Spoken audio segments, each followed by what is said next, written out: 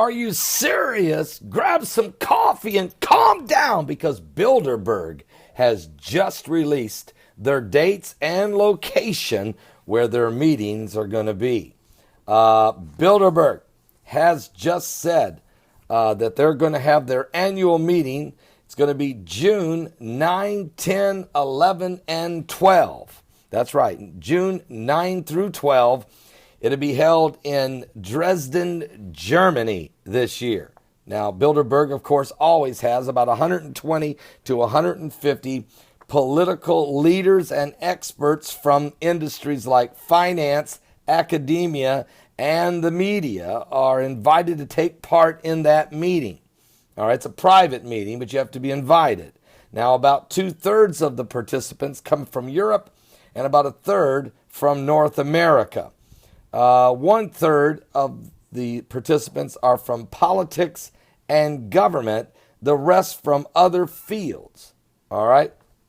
Now, this is part of the secret society. This is part of the global elitists. This is where some of the Luciferians even show up for some of the most strategic global mandates and agendas that are being set. Of course, they're tied into where do you think that they set a lot of these agendas, which end up being implemented then in the fall at the United Nations every year? And of course, don't forget the Bohemian Grove. Some of these folks go to both Bilderberg and Bohemian Grove.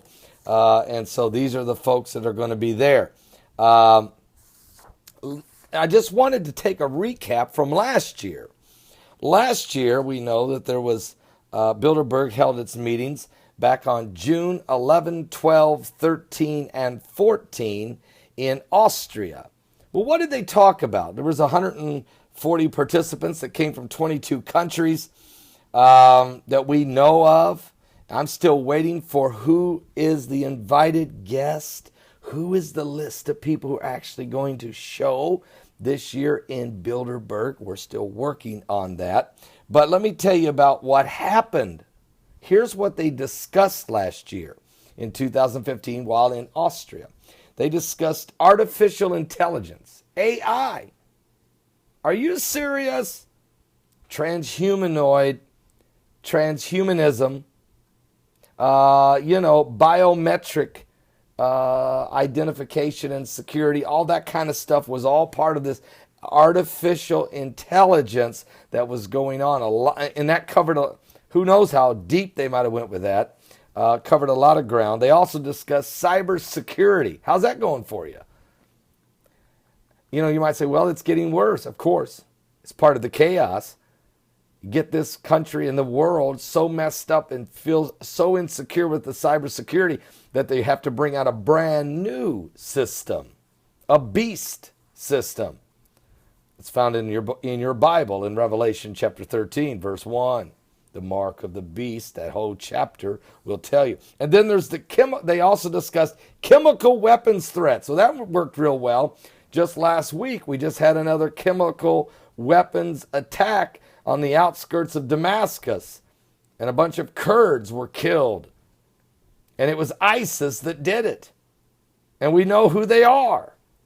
But what's been done? But who cares? The Kurds are 75% Christian. Everybody takes a shot at them. They also discussed current economic issues. And boy, if you remember last summer, there was a lot of austerity measures. You had Greece and Spain and Portugal. And, all of these guys were just broke, busted, and disgusted. All right? That doesn't seem to be getting any better. And then, of course, they discussed European strategy. And I looked at that one and said, what is that? Well, I wondered what that meant. European strategy. And you could say, well, the EU trying to figure out ways. Maybe they're discussing NATO and Russia moving into Ukraine. No. That's later in the agenda.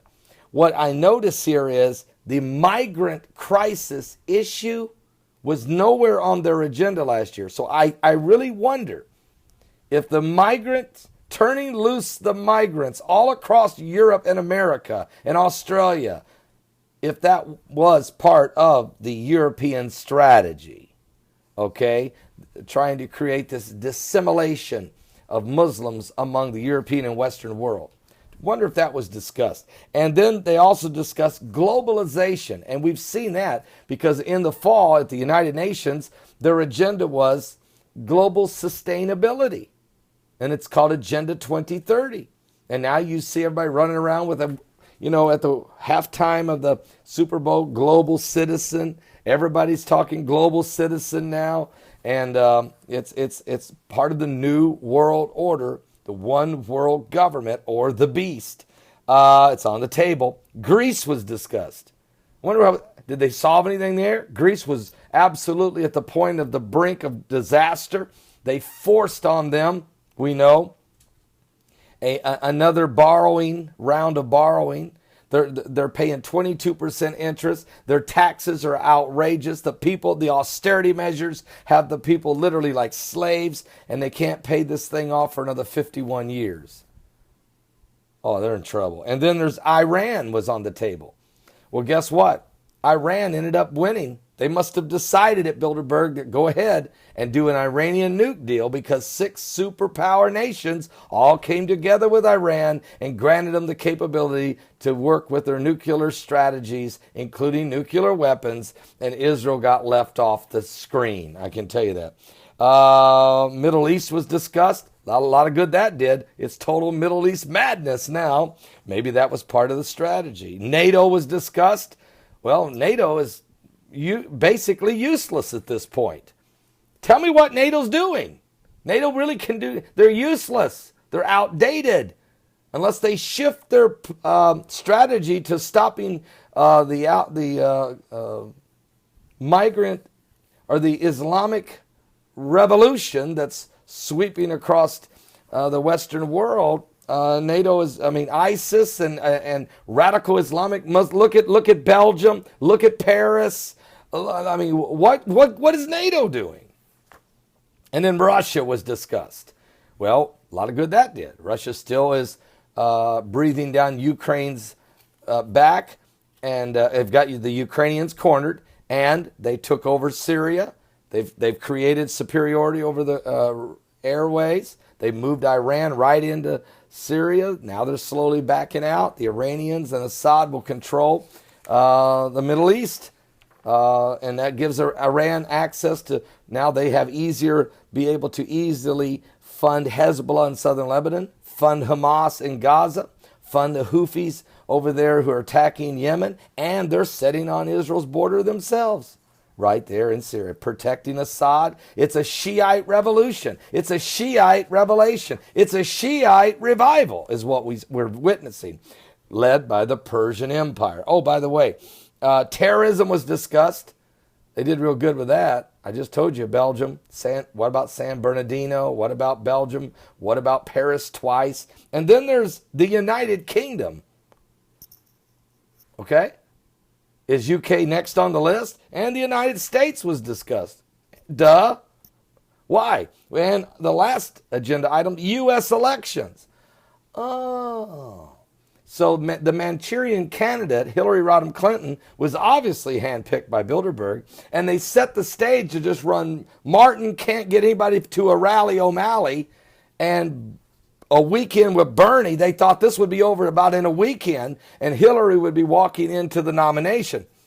Instead, Trump showed up. He's turned the whole world upside down. Hillary's struggling, and a 74-year-old Bernie Sanders is nipping at her heels and is on his way to Rome now to meet the Pope.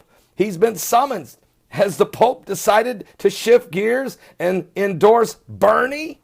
Are you serious? What's going on? Well, let's wait till Bilderberg 2016 and see what takes place next with the secret societies of the New World Order. Are you saved? You better get right with God, folks. We're living in the last days. I'll be back with more current world events and how they relate to Bible prophecy. We're running out of time.